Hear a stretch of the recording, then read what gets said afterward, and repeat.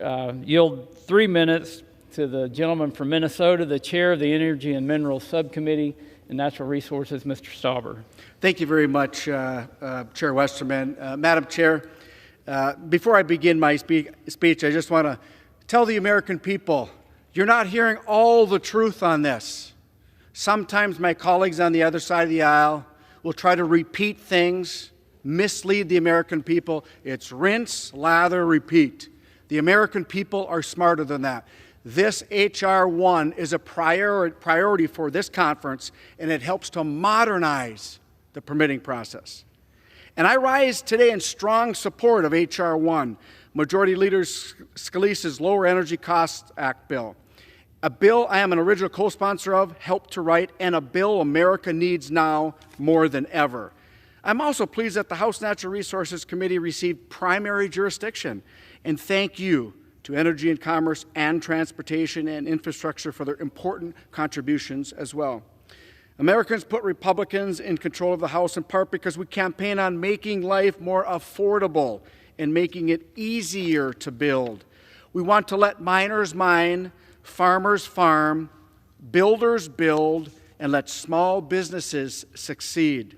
However, under today's permitting scheme, that's all but impossible.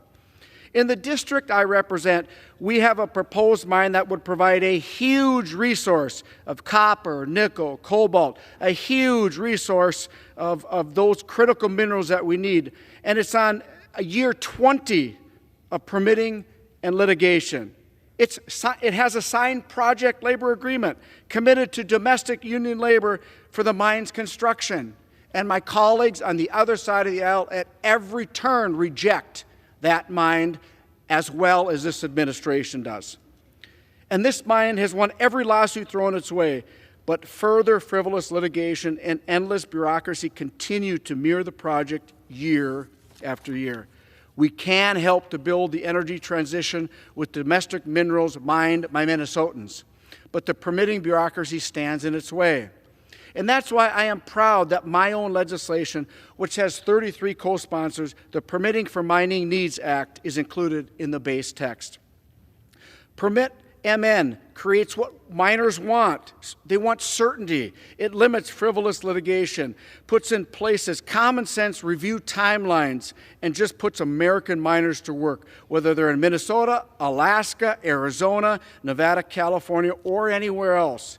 But this is about so much more than mining. If you are at all serious about emissions reductions, you will vote to support H.R. 1. Why? Because right now, for example, it takes years to decades to permit transmission projects that will add wind and solar to the grid. At our February 9th oversight hearing on permitting American Clean Energy Power testified that failure to enact permitting reforms puts an estimated 100 gigawatts off clean energy projects at risk. Yield the gentleman 30 seconds. That means risking $100 billion worth of investment and 150,000 potential jobs in the clean energy sector. And in the Natural Resources Committee, we have a real tangible example at our February 28th legislative hearing on my colleague Garrett Graves' Builder Act. Dairyland Power testified about the Cardinal Creek Hickory transmission line. This transmission line will put more wind on the grid, and it's 103 miles long, but it's locked in a 7-year permitting. We need to pass H.R. 1 for energy independence and critical mineral dominance, and I yield back. Gentleman from Arkansas.